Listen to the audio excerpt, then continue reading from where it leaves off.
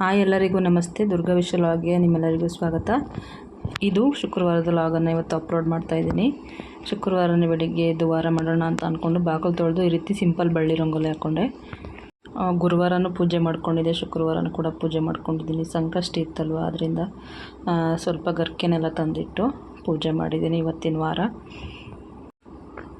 ಮನೆಯೆಲ್ಲ ಕ್ಲೀನ್ ಮಾಡಿಕೊಂಡು ಸ್ನಾನ ಮಾಡಿಕೊಂಡು ಪೂಜೆ ಕೂಡ ಆಯಿತು. ಸಿಂಪಲ್ಲಾಗಿ ನಮ್ಮ ಮನೇಲಿ ಬಾಳೆಹಣ್ಣು ಕಾಯಿ ಬಾಳೆಹಣ್ಣೆ ಇಟ್ಟಿದ್ದೆ, ಹಣ್ಣಾಗಿರಲಿಲ್ಲ. ನಾಳೆ ಹಣ್ಣಾಗ್ಬೋದು. ಅದು ಯಾವುದೇ ನಾಷ್ಟ ಏನು ಮಾಡಿರಲಿಲ್ಲ ಇವತ್ತು. ನಾನು ಉಪವಾಸ ಇದ್ದರಿಂದ ನಮ್ಮ ಮನೆಯವರು ಈಗ ಒಳಗಡೆ ಇಡ್ಲಿ ತಂದು ತಿನ್ಕೊಂಡಿದ್ರು. ಸಂಜೆಗೆ ಒಂದು ಸರಿ ಅಡುಗೆ ಮಾಡೋಣ ಅಂತ ಅಂದ್ಕೊಂಡು ಸುಮ್ಮನೆ ಆದೆ. ಗುರುವಾರನೇ ಕೂಡ ಎಲ್ಲ ಕಳಶ ಎಲ್ಲ ಎತ್ತಿ ಬೆಳಿಗ್ಗೆ ಪೂಜೆ ಮಾಡಿದ್ರಿಂದ ಹೂವೆಲ್ಲ ಗುರುವಾರನೇ ಹಾಕಿದ್ದೆ, ಅದರಿಂದ ಸ್ವಲ್ಪ ಬಾಡಿದೆ. ಪೂಜೆ ಎಲ್ಲ ಮಾಡಿಕೊಂಡು ಹೊಲ್ದ ಹತ್ರ ಹೋಗೋಣ ಅಂತ ಹೋಗ್ತಾಯಿದ್ವಿ. ನೋಡಿ, ನಮ್ಮೂರ ಕಡೆ ತುಂಬಾ ಮಳೆಯಾಗಿದೆ. ಈಗ ನಮ್ಮೂರ ಕಡೆ ಅಂತ ಅಲ್ಲ, ಎಲ್ಲೆಲ್ಲೂ ತುಂಬಾ ಮಳೆಯಾಗಿದೆ. ಮಾವಿನ ಹಣ್ಣು ಅಷ್ಟೇ, ನಮ್ಮೂರ ಕಡೆ ಬರೀ ಮಾವಿನ ತೊಪ್ಪೆ ಜಾಸ್ತಿ ಇರೋದು. ಸಿಕ್ಕಾಪಟ್ಟೆ ಮಾವಿನ ಹಣ್ಣಿದೆ ನಮ್ಮ ಕಡೆ. ನಮ್ಮೂರ ಕೆರೆ ಅಂತೂ ತುಂಬಾ ತುಂಬಿದೆ ನೋಡಿ, ತುಂಬೋಗಿದೆ ಕೆರೆ. ಮತ್ತು ಇಲ್ಲಿಂದನೇ ಸ್ವಲ್ಪ ಜೋಳ ಬೆಳೆಯೋದಕ್ಕೆ ಮತ್ತು ಸೀಮೆ ಹುಲ್ಲು ಬೆಳೆಯೋದಕ್ಕೆಲ್ಲ ನೀರನ್ನೆಲ್ಲ ಎಳ್ಕೊತಾರೆ ಪೈಪ್ ಹಾಕ್ಕೊಂಡು. ಮಳೆ ಆಗಿರೋದ್ರಿಂದ ಸುತ್ತಮುತ್ತ ಎಲ್ಲ ಹಚ್ಚ ಹಸಿರಿನಿಂದ ಕೂಡಿದೆ. ಮತ್ತು ಹೊಲ್ದ ಹತ್ರ ರೀಚ್ ಆದ್ವಿ. ನಮ್ಮ ಮನೆಯಿಂದ 1 ಕಿಲೋಮೀಟ್ರ್ ಆಗುತ್ತೆ ಅಷ್ಟೇ ಹೊಲ. ನಮ್ಮ ತೋಟ, ತೆಂಗಿನ ತೋಟ. ಸ್ವಲ್ಪ ಕೀರೆ ಸೊಪ್ಪನ್ನೆಲ್ಲ ಕೊಯ್ಯೋಣ, ಊರಿಗೆ ತೊಗೊಂಡೋಗೋಣ ಅಂತ ಅಂದ್ಬಿಟ್ಟು. ಸಿಟಿ ಸೈಡು ಈ ಥರ ಬೆಳೆದಿರೋ ಸೊಪ್ಪೆಲ್ಲ ಸಿಕ್ಕೋದು ತುಂಬಾ ಅಪರೂಪ. ಆದ್ದರಿಂದ ಆಂಟಿಯವ್ರಿಗೆ ಸ್ವಲ್ಪ ನಮ್ಮ ಮನೆಯವರ ತಂಗಿಯವ್ರ ಮನೆಗೆ ಹೋಗ್ತಾಯಿದ್ದೋ, ಹಬ್ಬ ಇತ್ತು. ಆದ್ದರಿಂದ ಅವ್ರಿಗೆ ಸೊಪ್ಪು ಅಂದರೆ ತುಂಬಾ ಇಷ್ಟ. ನಮ್ಮ ಕಡೆ ಹಳ್ಳಿ ಕಡೆ ಸಿಗುವಂಥ ಸೊಪ್ಪು ಅಂದರೆ ತುಂಬಾ ಇಷ್ಟ. ತುಂಬ ಫ್ರೆಶ್ಶಾಗಿ ಬೆಳೆದಿರ್ತೀವಲ್ಲ, ಗೊಬ್ಬರ ಹಾಕಿ, ಯಾವುದೇ ಮಾಮೂಲಿ ನಾಟಿ ಗೊಬ್ಬರ ಹಾಕಿ ಬೆಳೆದಿರ್ತೀವಿ. ಅದರಿಂದ ತುಂಬ ಚೆನ್ನಾಗಿರುತ್ತೆ ಸಾಂಬಾರು ಅಷ್ಟೇ. ಅದರಿಂದ ಒಂದು ಮಡಿಯಷ್ಟು ಸೊಪ್ಪನ್ನು ಕೊಯ್ಕೊಂಡೆ. ಸ್ವಲ್ಪ ಸ್ಪೀಡ್ ಇಟ್ಟಿದ್ದೀನಿ. ನಮ್ಮ ಮನೆಯವರು ಕೆಳಗಡೆ ನೀರನ್ನ ಆನ್ ಮಾಡೋದಕ್ಕೆ ಅಂತ ಹೋದರು. ನಾನು ಕೆಳಗಡೆನೇ ಇಟ್ಬಿಟ್ಟು ಹಾಗೆ ವೀಡಿಯೋ ಮಾಡಿಕೊಂಡೆ. ಸೊ ನಾನು ವೀಡಿಯೋ ನಾನೇ ಮಾಡ್ಕೊಳ್ಳೋದ್ರಿಂದ ಹಾಗೆ ಕೆಳಗಡೆ ಇಟ್ಬಿಟ್ಟು ವೀಡಿಯೋ ಮಾಡ್ಕೊಂಡಿದ್ದೀನಿ. ಸೊ ಸೊಪ್ಪನ್ನ ಕುಯ್ಕೋತಿದ್ದೆ. ಅಷ್ಟರಲ್ಲಿ ನಮ್ಮ ಮನೆಯವ್ರು ಬಂದು ಬಾಳೆಗೊನೆ ಹಿಡ್ಕೊಂಡ್ರೆ ಸ್ವಲ್ಪ ಕೀಳ್ತೀನಿ ಅಂತ ಅಂದರು. ಬಾಳೆಗೊನೆನ ಕಿತ್ಕೊಳ್ಳೋಣ ಅಂತ, ಇದನ್ನು ಊರಿಗೆ ತೊಗೊಂಡೋಗೋಣ ಅಂತ. ಮಕ್ಕಳೆಲ್ಲ ಊರಲ್ಲೇ ಇದ್ರಲ್ವ, ಅದರಿಂದ ಅವ್ರಿಗೆ ಹಬ್ಬಕ್ಕಾಗುತ್ತೆ ಅಂತ. ಗೊನೆ ಬಲ್ತಿತ್ತು, ಮಳೆ ಆಗಿಬಿಟ್ರೆ ಬಿದ್ದೋಗ್ಬಿಡುತ್ತೆ ಗೊನೆ ತೂಕೋಕ್ಕೆ ಅಂತ ಅಂದ್ಬಿಟ್ಟು ಇದನ್ನು ಕಟ್ ಮಾಡ್ಕೊಳ್ಳೋಣ ಅಂತ ಕರೆದ್ರು. ಸೊ ನಾನು ವೀಡಿಯೋ ಮಾಡಿದೆ, ಆದರೆ ಕಟ್ ಮಾಡೋದು ವೀಡಿಯೋ ಮಾಡೋಕ್ಕಾಗಲಿಲ್ಲ. ಯಾಕಂದರೆ ಒಬ್ಬರು ಹಿಡ್ಕೋಬೇಕಾಗಿತ್ತು, ಒಬ್ರು ಗೊನೆ ಕೊಯ್ದರೆ ಒಬ್ಬರು ಹಿಡ್ಕೋಬೇಕಾಗಿತ್ತು. ಅದರಿಂದ ನಾನು ಗೊನೆ ಹಿಡ್ಕೊಂಡೆ.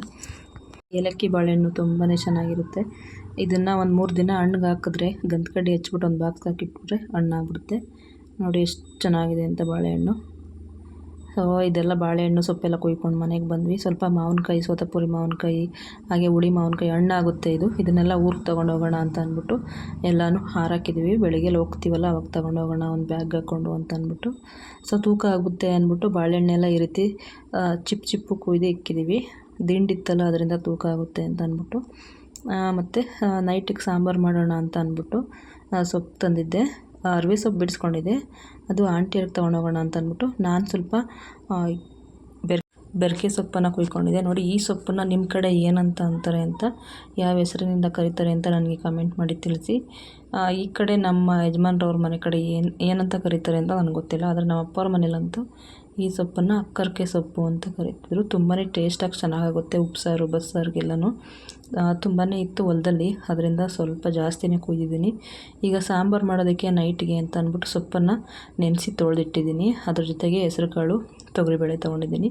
ಸೊಪ್ಪನ್ನು ಎಷ್ಟೇ ಸರಿ ತೊಳೆದು ತುಂಬಾ ಮಣ್ಣಿರುತ್ತೆ. ಈಗಂತೂ ಮಳೆ ಅಲ್ವ, ಮಳೆ ಜಾಸ್ತಿ ಇರೋದ್ರಿಂದ ನೋಡಿ 3 ಸಾರಿ ತೊಳೆದಿದ್ದೀನಿ. ಹಾಗೂ ಇನ್ನೊಂದು ಸಾರಿ ನೆನೆಸಿದ್ದೀನಿ, ಎಲ್ಲಾದರೂ ಮಣ್ಣಿದ್ರೆ ಸ್ವಲ್ಪ ಹೋಗಲಿ ಅಂತ ಅಂದ್ಬಿಟ್ಟು. ಈಗ ಬೇಳೆ ಹಾಕೋದಕ್ಕೆ ಬಿಸಿನೀರು ಇಟ್ಟಿದ್ದೀನಿ. ಒಂದು ಕುಕ್ಕರ್ಗೆ ಬೇಳೆ ಮತ್ತು ಹೆಸರು ಕಾಳು ಹಾಕ್ತಾಯಿದ್ದೀನಿ. ಮಿಕ್ಸ್ ಕಾಳು ಹಾಕೋದ್ರಿಂದ ಸೊಪ್ಪಿನ ಸಾಂಬಾರು ತುಂಬಾ ಟೇಸ್ಟ್ ಬರುತ್ತೆ. ಬರೀ ಬೇಳೆ ಹಾಕಿ ಮಾಡೋದ್ರಿಂದ ಅಷ್ಟು ಟೇಸ್ಟ್ ಬರೋಲ್ಲ. ಮಿಕ್ಸ್ ಕಾಳು ಹಾಕಿ ಒಂದು ಸರಿ ಮಾಡಿ ನೋಡಿ, ಸಾಂಬಾರು ತುಂಬಾ ಚೆನ್ನಾಗಿರುತ್ತೆ. ಈಗ ಬೇಳೆ ಮತ್ತು ಹೆಸರು ಕಾಳನ್ನು ಒಂದು ವಿಸಲ್ ಕೂಗಿಸ್ಕೊತಾ ಇದ್ದೀನಿ. ಇದಕ್ಕೆ ಒಂದು ಸಾಂಬಾರು ಮಾಡೋದಕ್ಕೆ ಟೊಮೊಟೊ ಮತ್ತು ಕಾಯನ್ನು ರುಬ್ಕೋಬೇಕು. ನಮ್ಮ ಕಡೆ ಸಾಂಬಾರನ್ನೆಲ್ಲನೂ ರುಬ್ಬಿನೇ ಮಾಡೋದು. ಯಾವ ಸಾಂಬಾರು ಮಾಡಿದ್ರು ಅಷ್ಟೇ ರುಬ್ಬಿನೇ ಮಾಡೋದು. ಈಗ ನೋಡಿ, ಬೇಳೆ ಬೆಂದಿದೆ. ಇಷ್ಟು ಬೆಂದರೆ ಸಾಕು. ಸೊಪ್ಪಿನ ಜೊತೆಲಿ ಇನ್ನೂ ಸ್ವಲ್ಪ ಬೇಯ್ಕೊಳ್ಳುತ್ತೆ. ಈಗ ಸೊಪ್ಪನ್ನೆಲ್ಲ ಹಾಕೋಣ. ಬೇಳೆ ಬೆಂದಿದೆ ಅಂತ ಅಂದ್ಬಿಟ್ಟು ಸೊಪ್ಪನ್ನು ಹಾಕ್ತಾಯಿದ್ದೀನಿ. ಸೊಪ್ಪನ್ನೆಲ್ಲ ಒಂದು 3 ರಿಂದ 4 ಸರಿ ತೊಳೆದಿದ್ದೀನಿ. ಅದು ಅಷ್ಟು ತೊಳೆದ್ರೂ ಕಡಿಮೆನೇ. ಈಗಂತೂ ತುಂಬಾ ಮಣ್ಣು ಜಾಸ್ತಿ ಇದೆ ಸೊಪ್ಪಲ್ಲೆಲ್ಲನೂ, ಮಳೆ ಇರೋದ್ರಿಂದ. ಸ್ವಲ್ಪ ನೆನೆಸ್ಬಿಡ್ಬೇಕು, ಒಂದು 5ರಿಂದ 6 ಗಂಟೆ ಸೊಪ್ಪನ್ನು ನೆನೆಸಿದ್ರೆ ಮಣ್ಣೆಲ್ಲ ಚೆನ್ನಾಗಿ ಬಿಟ್ಕೊಳ್ಳುತ್ತೆ. ತುಂಬಾ ಫ್ರೆಶ್ ಆಗಿತ್ತು, ಸ್ವಲ್ಪ ನೀರಲ್ಲಿ ನೆನೆಸಿದ್ರಿಂದ ಸ್ವಲ್ಪ ಇದಾಗಿದೆ ಅಷ್ಟೇ. ಈಗ ಇದಕ್ಕೆ ಉಪ್ಪು ಹಾಕೋತಾ ಇದ್ದೀನಿ, ಸೊಪ್ಪನ್ನು ಬೇಯಿಸ್ಕೊತೀನಿ ಬೇಳೆ ಜೊತೆಲಿ. ನೋಡಿ ಈಗ ಚೆನ್ನಾಗಿ ಬೆಂದಿದೆ ನೋಡಿ. ಅಷ್ಟೊಂದು ಸೊಪ್ಪು ಹಾಕಿದ್ರೆ ಬೆಂದಮೇಲೆ ಇಷ್ಟೇ ಸೊಪ್ಪು ಆಗಿರೋದು ಇದು. ಇದನ್ನೀಗ ಸೋರು ಹಾಕ್ಕೋತಿದ್ದೀನಿ, ಸೊಪ್ಪು ಸಜ್ಜಲ್ರಿ ಸೋರು ಹಾಕ್ಕೋತಿದ್ದೀನಿ, ಸೊಪ್ಪು ಬೇರೆ ಮತ್ತು ಅದರ ನೀರು ಬೇರೆ ಮಾಡಿಕೊಂಡು ಈಗ ಸೊಪ್ಪನ್ನು ಹುರ್ಕೊಳ್ಳೋಣ. ಒಂದು ಬಾಣಲಿ ಇಟ್ಕೊಂಡು ಎಣ್ಣೆ ಹಾಕ್ಕೋತಾ ಇದ್ದೀನಿ. ಎಣ್ಣೆಗೆ 1-2 ಒಣಮೆಣ್ಸಿನ್ಕಾಯಿ ಹಾಕ್ಕೋತಾ ಇದ್ದೀನಿ. ಸೊಪ್ಪಿಗೆ ಖಾರಕ್ಕೆ ನಾವು ಸಾಂಬಾರು ಪೌಡ್ರೆಲ್ಲ ಬಳಸೋದಿಲ್ಲ ಸೊಪ್ಪು ಹುರಿಯೋದಕ್ಕೆ. ಸ್ವಲ್ಪ ಈರುಳ್ಳಿ ಸ್ವಲ್ಪ ಜಾಸ್ತಿ ಹಾಕ್ಕೋತೀನಿ. ಈರುಳ್ಳಿನ ಒಂದು 5 ನಿಮಿಷ ಚೆನ್ನಾಗಿ ಫ್ರೈ ಮಾಡಿಕೊಂಡು ಸೊಪ್ಪನ್ನು ಸೋಸಿಟ್ಕೊಂಡಿದ್ನಲ್ಲ, ನೀರು ಸೊಪ್ಪು ಎಲ್ಲ ಸೋಸಿಟ್ಕೊಂಡಿದ್ನಲ್ಲ, ಅದರಿಂದ ಅದನ್ನು ಹಾಕ್ಕೋತಾ ಇದ್ದೀನಿ. ಈಗ ಕಾಯಿ ಹಾಕೋತೀನಿ, ಒಂದು ಸ್ವಲ್ಪ ಕಾಯನ್ನು ಹಾಕ್ಕೊಂಡು. ಮನೇಲಂತೂ ವಾರಕ್ಕೆ 3ರಿಂದ 4 ಸರಿ ಚೆನ್ನಾಗಿರುತ್ತೆ ಸಾಂಬಾರು ತಿನ್ನೋದಕ್ಕೆ. ನಾನು ಸೊಪ್ಪಿನ ಸಾಂಬಾರು ಅಂದರೆ ತುಂಬಾ ಇಷ್ಟ ನನಗೆ. ಬೇರೆ ಸಾಂಬಾರೆಲ್ಲ ಅಷ್ಟು ಊಟ ಮಾಡೋಕ್ಕಾಗಲ್ಲ ನನಗೆ. ಸೊಪ್ಪಿನ ಸಾಂಬಾರು ಅಂದರೆ ಚೆನ್ನಾಗಿರುತ್ತೆ, ತಿಂತೀನಿ. 2 ಟೈಮ್ ಬೇಕಾದರೂ ಸೊಪ್ಪಿನ ಸಾಂಬಾರಲ್ಲೇ ತಿಂತೀನಿ ನಾನು. ಈ ರೀತಿ ಸೊಪ್ಪನ್ನು ಹುರ್ಕೊಬಿಟ್ಟು ಇದಕ್ಕೆ ಸಾಂಬಾರು ಮಾಡ್ಕೋಬೇಕು. ನಾನು ಸ್ವಲ್ಪ ಕಡ್ಡಿ ಎಲ್ಲ ಜಾಸ್ತಿ ಹಾಕ್ತೀನಿ ಸೊಪ್ಪಲ್ಲಿ, ಬಿಸಾಕೋಲ್ಲ. ಬರೀ ಎಲೆ ಅಷ್ಟೇ ಹಾಕಲ್ಲ ನಾನು, ಕಡ್ಡಿ ಎಲ್ಲ ಜಾಸ್ತಿ ಹಾಕ್ತೀನಿ. ಕಡ್ಡಿಲೇ ಚೆನ್ನಾಗಿರೋವಂಥ ಟೇಸ್ಟ್ ಸಿಗೋದು, ಅದರಿಂದ ಕಡ್ಡಿನ ಹಾಕ್ತೀನಿ. ಒಂದು 5 ನಿಮಿಷ ಹೀಗೆ ಮಿಕ್ಸ್ ಮಾಡ್ಕೊಂಡು ಹುರ್ಕೊಂಡಾದ್ಮೇಲೆ ಈಗ ಸಾಂಬಾರು ಮಾಡ್ಕೋತಾ ಇದ್ದೀನಿ. ಇದರಲ್ಲಿ ಉಪ್ಸಾರು ಕೂಡ ಮಾಡ್ತಾರೆ. ನಮ್ಮ ಮನೆಯವ್ರು ಉಪ್ಸಾರು ಜಾಸ್ತಿ ತಿನ್ನಲ್ಲ, ಅವ್ರಿಗೆ ಸ್ವಲ್ಪ ಬಸ್ಸಾಂಬಾರು ಮಾಡಬೇಕು. ಅಂದರೆ ಪುಡಿ ಹಾಕಿ ಸಾಂಬಾರು ಪೌಡರ್ ಹಾಕಿ ಬಸ್ಸಾರು ಮಾಡಬೇಕು. ಅದರಿಂದ ಎಣ್ಣೆ ಹಾಕ್ಕೊಂಡು ಸಾಸಿವೆ ಹಾಕ್ಕೊಂಡು ಒಂದು ಬೆಳ್ಳುಳ್ಳಿ ಚಚ್ಚಿಬಿಟ್ಟು ಒಂದು ಈರುಳ್ಳಿ ಸ್ವಲ್ಪ ಕರಿಬೇವಿನ ಸೊಪ್ಪು ಇಷ್ಟನ್ನು ಒಗ್ಗರಣೆಗೆ ಹಾಕ್ಕೊಂಡು ಒಗ್ಗರಣೆಗೆ ಚೆನ್ನಾಗಿ ಫ್ರೈ ಮಾಡಿಕೊಂಡು ಇದಕ್ಕೆ ಖಾರ ರುಬ್ಕೊಂಡಿದ್ದೀನಿ ನಾನು. ಕಾಯಿ ಮತ್ತು ಟೊಮೆಟೊನ ರುಬ್ಬಿಟ್ಕೊಂಡಿದ್ದೀನಿ ಆಲ್ರೆಡಿ. ನನಗೆ ಸ್ವಲ್ಪ ನೀರು ಸೋಕ್ತು ಅಂತ ಅಂದ್ಬಿಟ್ರೆ ಈ ರೀತಿ ಎಣ್ಣೆಗೆ ಈ ರೀತಿ ಹೊಗೆ ಎದ್ಬಿಡುತ್ತೆ. ಈರುಳ್ಳಿ ಬೆಳ್ಳುಳ್ಳಿ ಹಾಗೆ ಕರಿಬೇವು ಸೊಪ್ಪೆಲ್ಲ ಚೆನ್ನಾಗಿ ಫ್ರೈ ಆಗಿದೆ. ರುಬ್ಕೊಂಡಿದ್ನಲ್ವ ಕಾಯಿ ಮತ್ತು ಟೊಮೆಟೊನ ಹಾಕೋತಾ ಇದ್ದೀನಿ. ಇದ್ರ ಜೊತೆಗೆ 1 ಸ್ಪೂನು ಮನೇಲಿ ಮಾಡಿಸ್ಕೊಂಡಿರೋವಂಥ ಸಾಂಬಾರು ಪೌಡರನ್ನು ಹಾಕ್ತಾಯಿದ್ದೀನಿ. Sambar powder video already upload ಮಾಡಿದ್ದೀನಿ, ಬೇಕಾದರೆ ನೋಡಿ. ಈಗ ಸೊಪ್ಪನ್ನೆಲ್ಲ ಬೇಯಿಸ್ಕೊಂಡಿದ್ನಲ್ವ, ನೀರನ್ನು ವೇಸ್ಟ್ ಮಾಡಲ್ಲ. ಆ ನೀರು ಎಷ್ಟಿತ್ತು ಅಷ್ಟೇ ನೀರನ್ನು ಹಾಕ್ಬಿಟ್ಟು ಸಾಂಬಾರು ಮಾಡಿಕೊಂಡ್ರೆ ತುಂಬಾ ಟೇಸ್ಟಾಗುತ್ತೆ ಈ ಥರ. ಇದಕ್ಕೆ ಸ್ವಲ್ಪ ಹುಣಸೆಹಣ್ಣು ಬೇಕಾದ್ರೆ ಹಾಕೋಬೋದು. ನಾನು ಟೊಮೊಟೊ ಕಡಿಮೆ ಇತ್ತು, ಟೊಮೊಟೊನೇ ಸ್ವಲ್ಪ ಜಾಸ್ತಿ ಹಾಕಿದ್ದೀನಿ, ಅದರಿಂದ ಹುಣಸೆಹಣ್ಣನ್ನು ಹಾಕೋತಾ ಇಲ್ಲ. ಇನ್ನೂ ಜಾಸ್ತಿ ಹುಳಿ ಆಗ್ಬಿಡುತ್ತೆ ಅಂತ. ನಮ್ಮನೇಲಿ ಇಬ್ಬರಿಗೆ ಅಲ್ಲಿ ಅಡುಗೆ ಮಾಡ್ಕೊತಿರೋದು, ಅದರಿಂದ ಸ್ವಲ್ಪನೇ ಮಾಡಿದ್ದೀನಿ, 1 ಟೈಮ್ಗೆ ಅಂತ ಅಷ್ಟೇ. ಈಗ ಚೆನ್ನಾಗಿ ಕುದಿಬೇಕು ಈಗ ಸಾಂಬಾರು. ಆಲ್ರೆಡಿ ಸೊಪ್ಪು ಉಪ್ಪು ಹಾಕಿದ್ದೀನಿ, ನೋಡಿಕೊಂಡು ಇನ್ನೊಂದು ಸ್ವಲ್ಪ ಉಪ್ಪು ಬೇಕಾದ್ರೆ ಹಾಕ್ಕೋಬೇಕು. ನೋಡಿ ಸಾಂಬಾರು ಚೆನ್ನಾಗಿ ಕುದೀತಾ ಇದೆ. ಚೆನ್ನಾಗಿ ಕುದ್ದಾದ್ಮೇಲೆ ಸಾಂಬಾರು ರೆಡಿ ಆಗುತ್ತೆ ನೋಡಿ. ಬಿಸಿ ಬಿಸಿ ಮುದ್ದೆ ಜೊತೆಲಿ, ಹಚ್ಚರಾಗಿ ಮುದ್ದೆ ಜೊತೆಲಿ ಬಸ್ಸಾಂಬಾರು ರೆಡಿ, ಸೊಪ್ಪಿನ ಸಾಂಬಾರು. ಇದಾಗಿತ್ತು ಫ್ರೆಂಡ್ಸ್ ಇವತ್ತಿನ ಲಾಗ್. ಯಾರಿಗೆಲ್ಲ ಈ ವಿಡಿಯೋ ಇಷ್ಟ ಆಯಿತು ಪ್ಲೀಸ್ ಲೈಕ್ ಮಾಡಿ, ಶೇರ್ ಮಾಡಿ, ಕಮೆಂಟ್ ಮಾಡಿ.